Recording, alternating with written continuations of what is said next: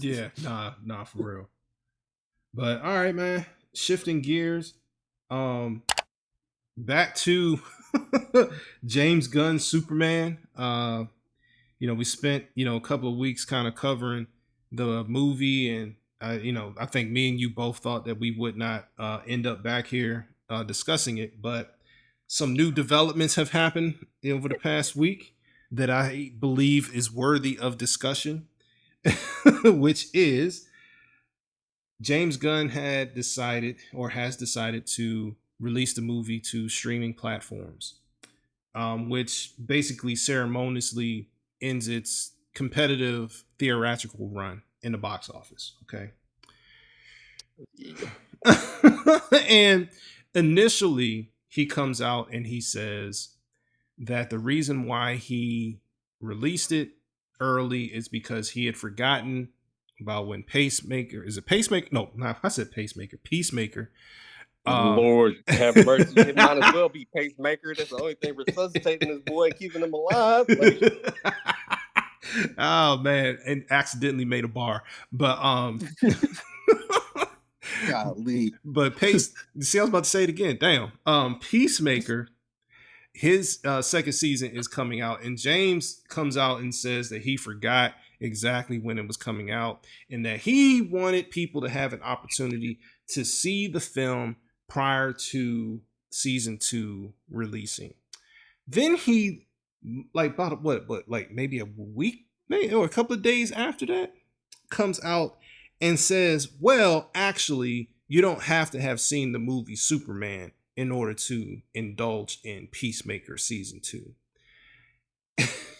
So I'll start us off. James Gunn is full of shit. Um, and I need fans, regardless of if you are a Snyder supporter or into this new DCU that's being established, I need us to keep the same energy, and I need us to be intellectually honest about this topic at hand.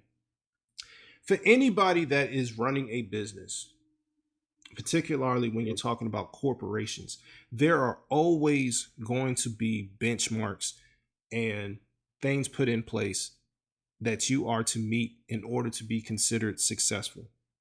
Mhm. Sometimes it's a money. Most times, I would say it's a it's a money or a currency. I guess goal to be met. Sometimes it's When units. you especially with art, you have financial expectations. Yes, because you're trying to get a return on your investment. So this is so when it comes to movies, let's just cut through the BS. It's supposed to make you money.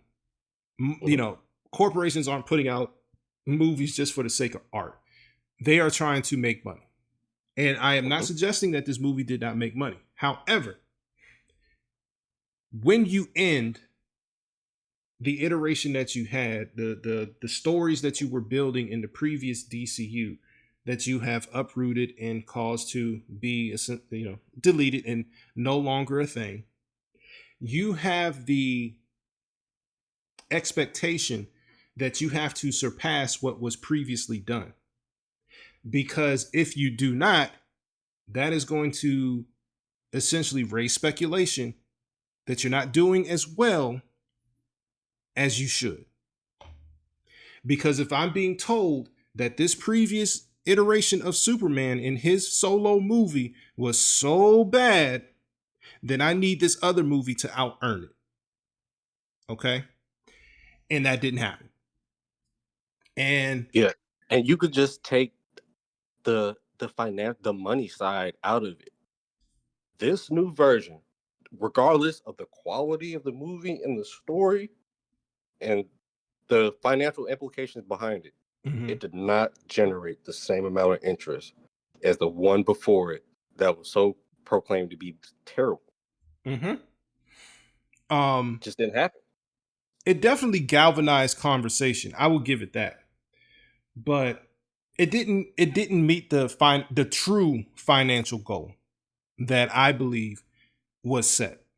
Even down to James Gunn's arrogance. And I believe that's why he had to come out and he had to try to pacify the situation and make it okay and say, well, it's because of this reason that I forgot about. Oh, and actually, but you don't actually really need that anyway. And then say, and we actually, greenlit, the second movie, and we're going to start working on it right away. So like you're doing all this cleanup because you put so much emphasis and effort on the deletion of the one thing and let the narrative be because it's bad, didn't do good, all bad. Where you didn't actually try to work with the elements that actually were good. Okay. And okay, cool, fine, whatever. But let's not pretend that it not making the same or more money than Man of Steel is not a failure. And I don't care about the time period that it was in the box office, because another thing that people have to understand is that they pay people to do analytics. Okay. They pay people to do analytics. Let me say that one more time for the person that is shaking their head and banging their head on the table because I said it.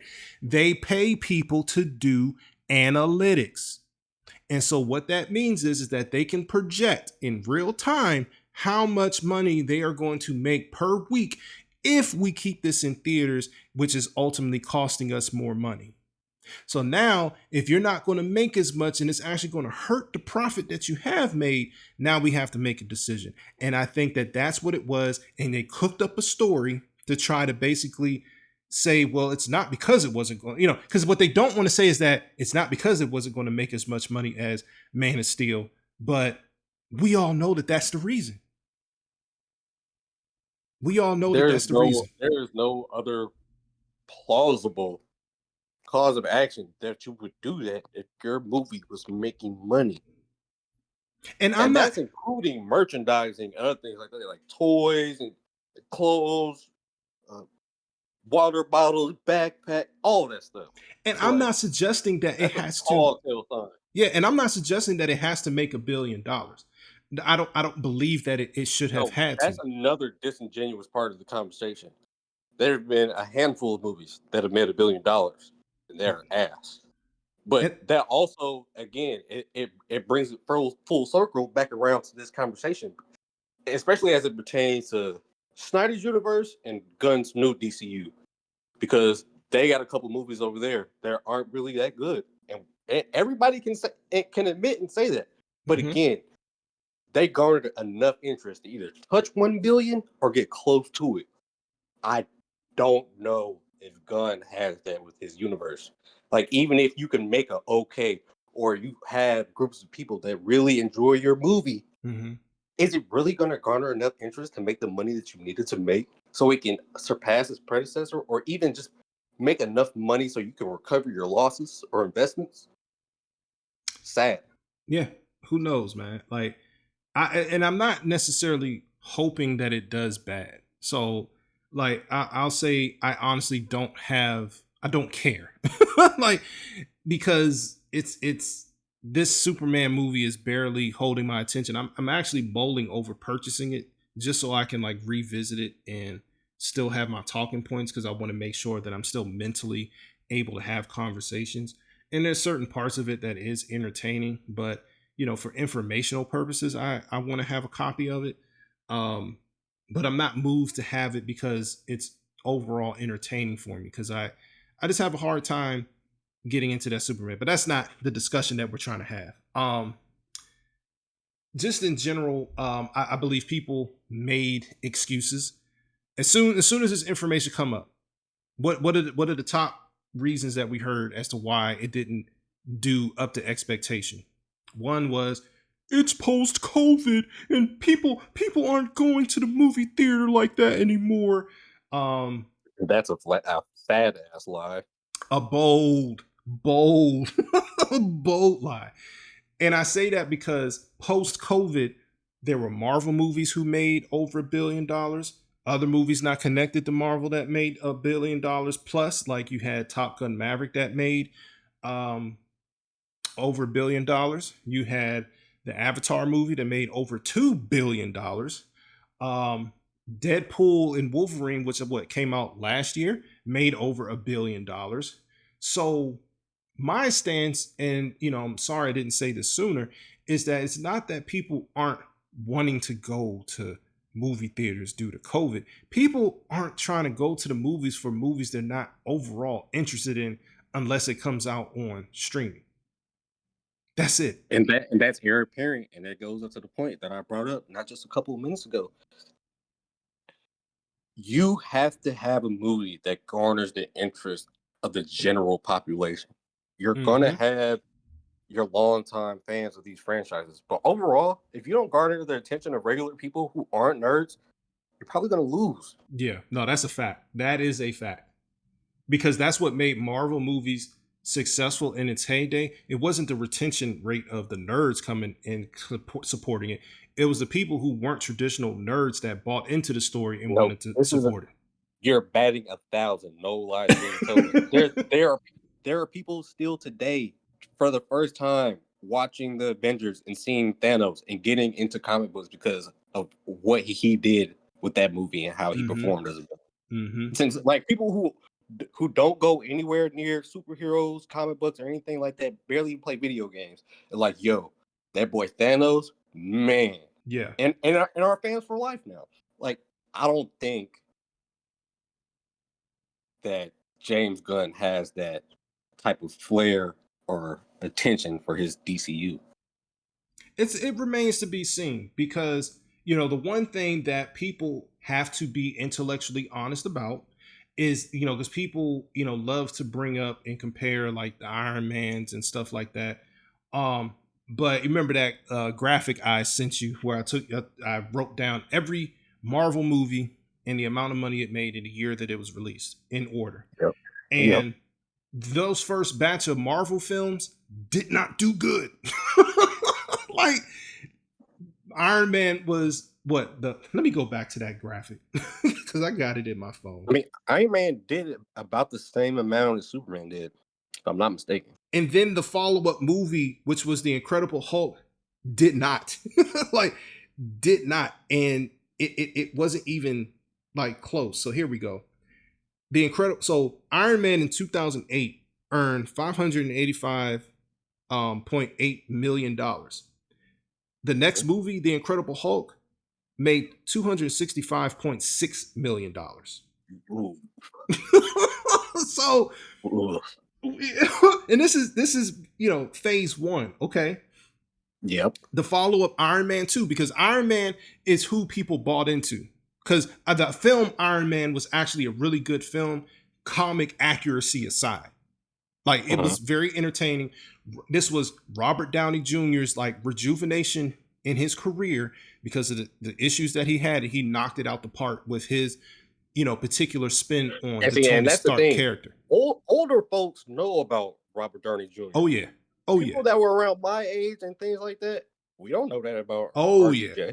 Oh yeah. So like a lot of the times, for most of the people out here, like our first introduction to him is being Iron Man. We don't know nothing about. So like throughout his tenure as being Iron Man, you hear like the redemption story of him and stuff like that popping up. That's how I begin to know who he was before then. Mm-hmm. And I think that's the narrative for a lot of us out here that just aren't old enough to be around to know.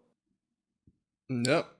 But yeah, Iron Man 2, 623.9 million. Then Thor, the first Thor movie, which is arguably cheeks, okay? $449.3 million. Then the Captain America movie, which I thought was absolute cheeks, $370.6 million. And then you get the Avengers movie, which puts it up at 1.5 billion.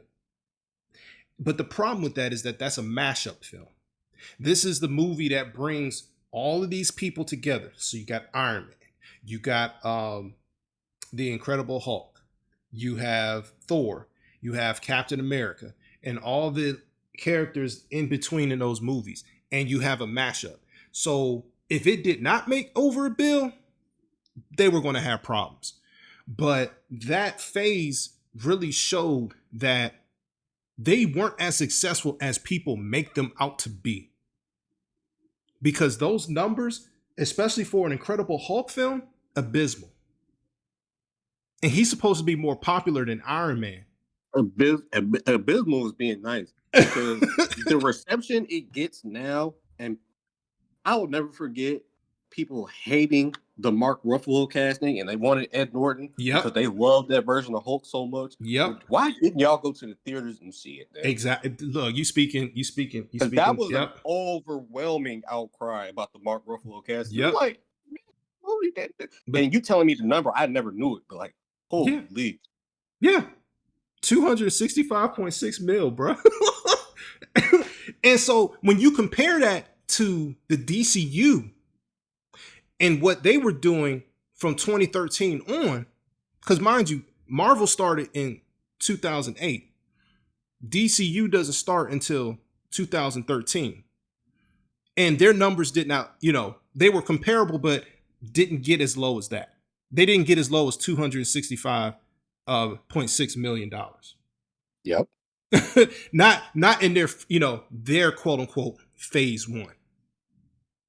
Yeah, So, they weren't even allowed to flesh out their foundation that they started with. Because it wasn't the MCU had nothing but technically financial failures for box office films, one after another. Yep. And while these movies over here may not be as compelling story-wise, they actually made a lot of money. Yeah.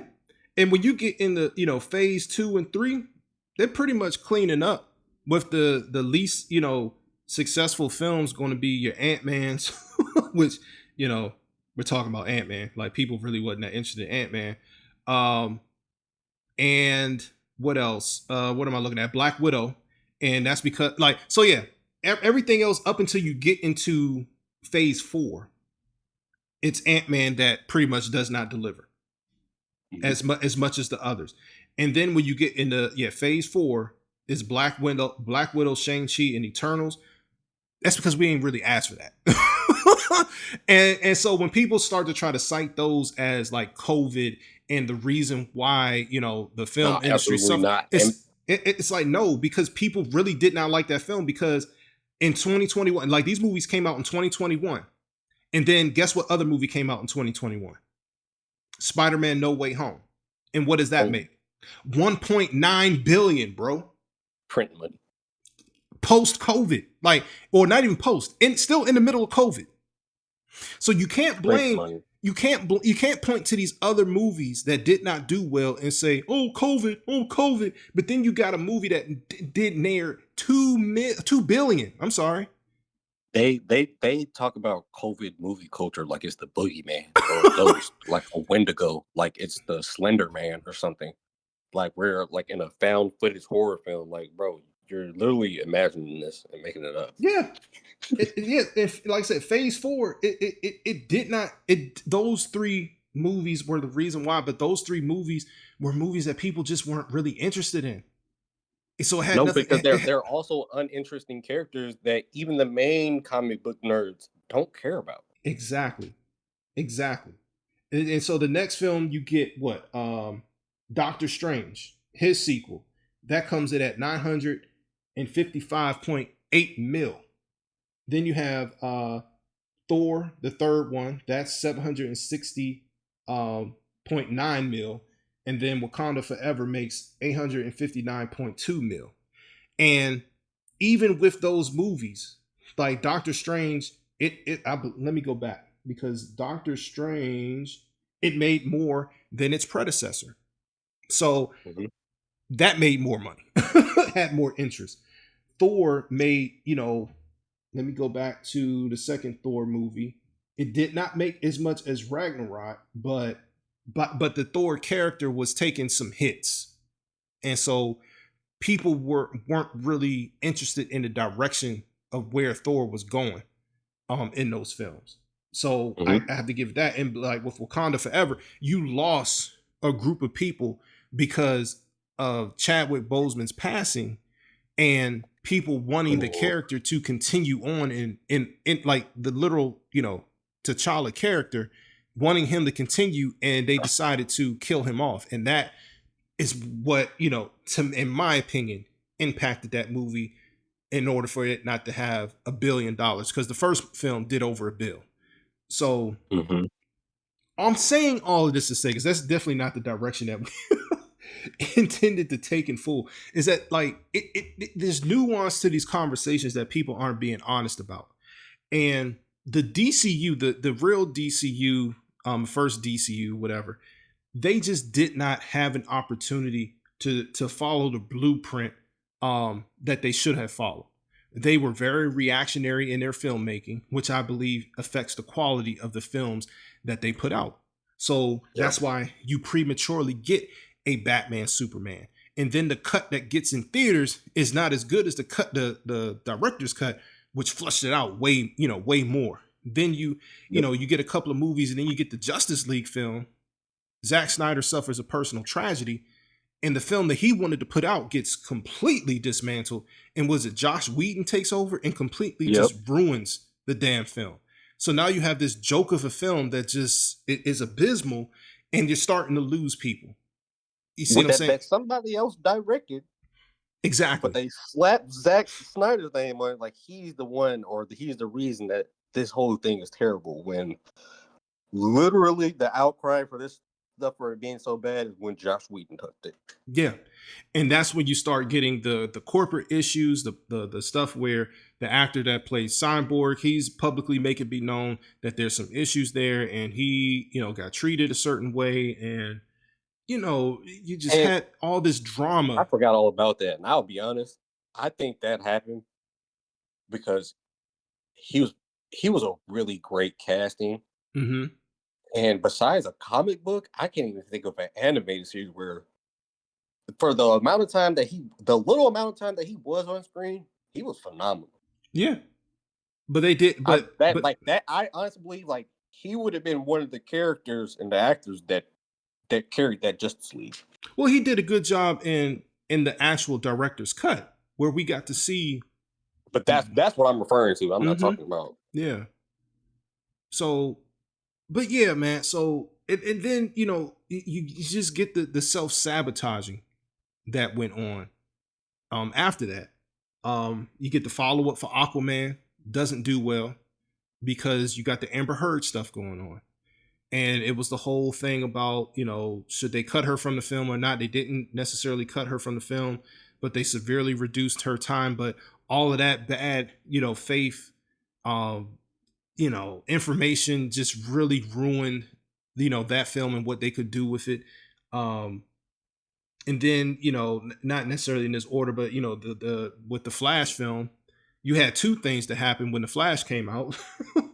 You had Ezra Miller out here big tripping, like just big tripping, and you had James Gunn come out and say, "Oh yeah, we're done with this film, with this DCU. We're rebooting it." So why would people go out and go support a film that you just undercut it, even without Ezra Miller's issues? Who's going to go see the film now? Why would you go invest your money and time into this story that's not going anywhere? Even when we get the best Batman on like live action back onto the screen, and you just undercut it. You just undercut it. So Yeah. I'm saying all these things, James, because I need people to be honest about how we got here.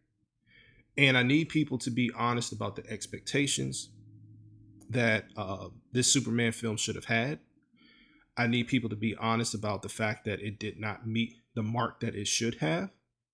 I need people to be honest that post-COVID is not a reason anymore to blame on any type of people not going out to see film. I need people to be honest about the fact that a movie going to streaming sooner than it ever has as another reason why people, like another excuse that just does not hold weight, because people go out and support that which they want to. It's just these excuses. We have too much evidence of films being a financial success in making more than their budget by like multiple times more. There's too many examples of that for you to hold on to that as an excuse. We need to see it for what it is. It was not going to make the money that they needed it to essentially leave the Snyderverse in the past And James Gunn is doing everything he can to justify what he's done. And he's essentially, in my opinion, failing at the narrative because he's creating another narrative and it didn't make sense. And, here we are. So that's my opinion. Yeah, no, that's all facts. Like, I mean, but Like anything. me, I'm exhausted with all the variables that surround this conversation because it's so dishonest and it's really childish Mm, at the core of the conversation because the way Guns fans and Corn Sweat Superman fans respond to the honest and true realities of the situation. yeah.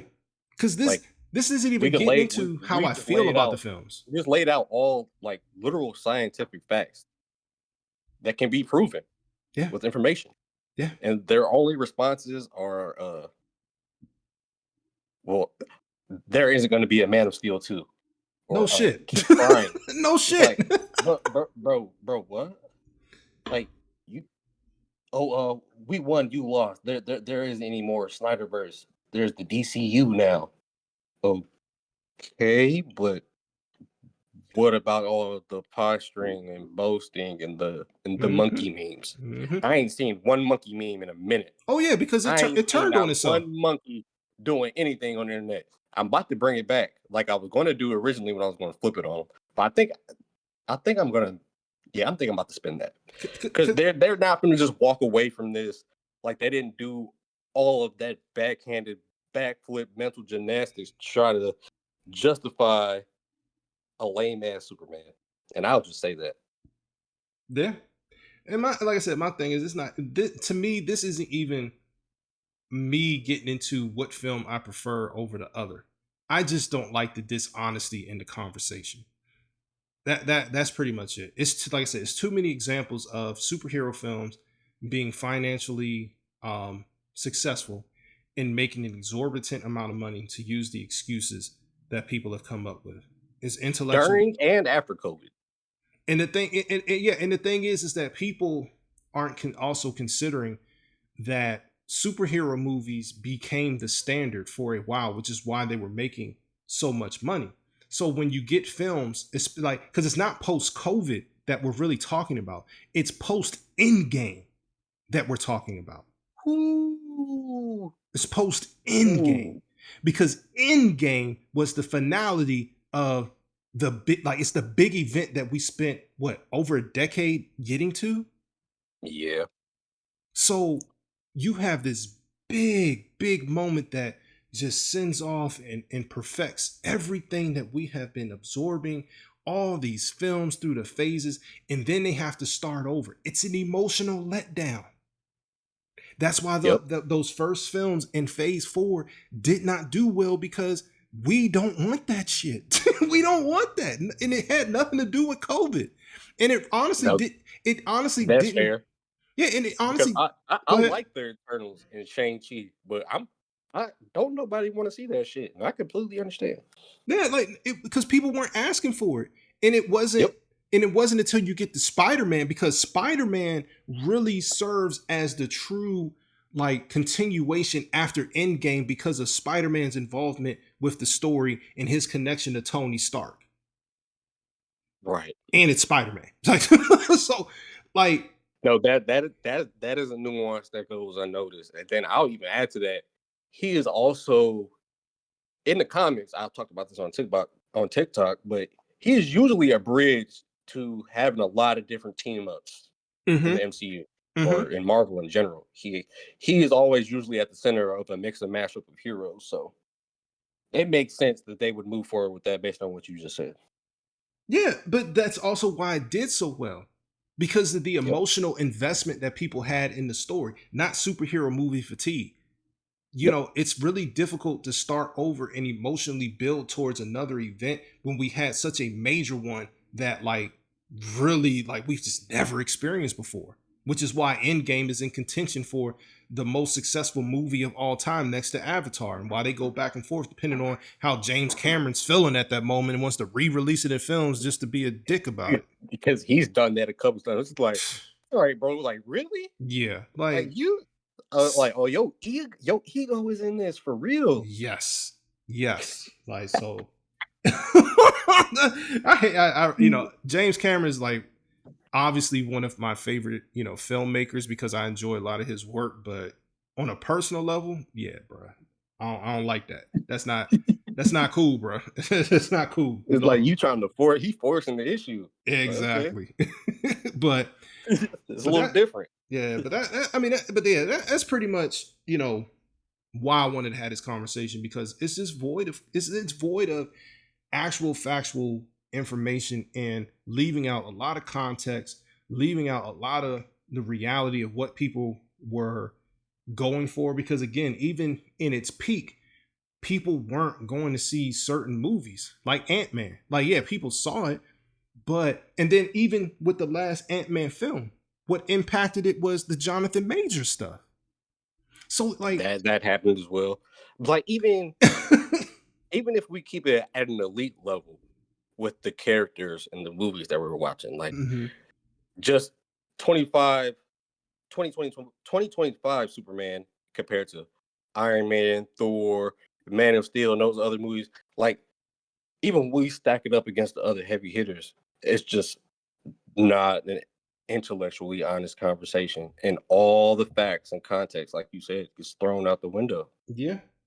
Even looking at like the Marvels, we know people didn't want to go see that movie because of Brie Larson. They Yeah. hated what she did when her solo movie came out. They hated the the talking points and the things that she was saying. And what made it worse for them is that her film made over $1 billion. But they made sure to let them And that's know, insane. yeah, to let her know how they felt because when her follow up, even though it had other actresses in it, they did not go out and support that movie. But again, I can literally point to every movie in Marvel that did not do good and tell you the reason why. I can literally point to the DCU and why it did not good to get do as well and tell you the reason why. But a lot of it has to do with like in true reality, if it's not something that's drama based, dealing with the actors or whatever was going on within the company or something like that, it's literally because people just weren't interested in that story. That's it. Yep. And when it comes to other films that are not superhero films, people just weren't interested in it because there was a lot of rinse and repeat going on in filmmaking, and people got tired of that. A lot of people weren't being original in their films, and they were blaming the lack of interest on superhero films, which was a cop out. Just like the COVID cop out. People go out and support what they want. The period. Yep. I hate to say it like this. It's just like the people that risked their lives to get haircuts when COVID first came out. People do what it is that they want to do, Mhm. regardless, whether we agree with it or not. Mhm.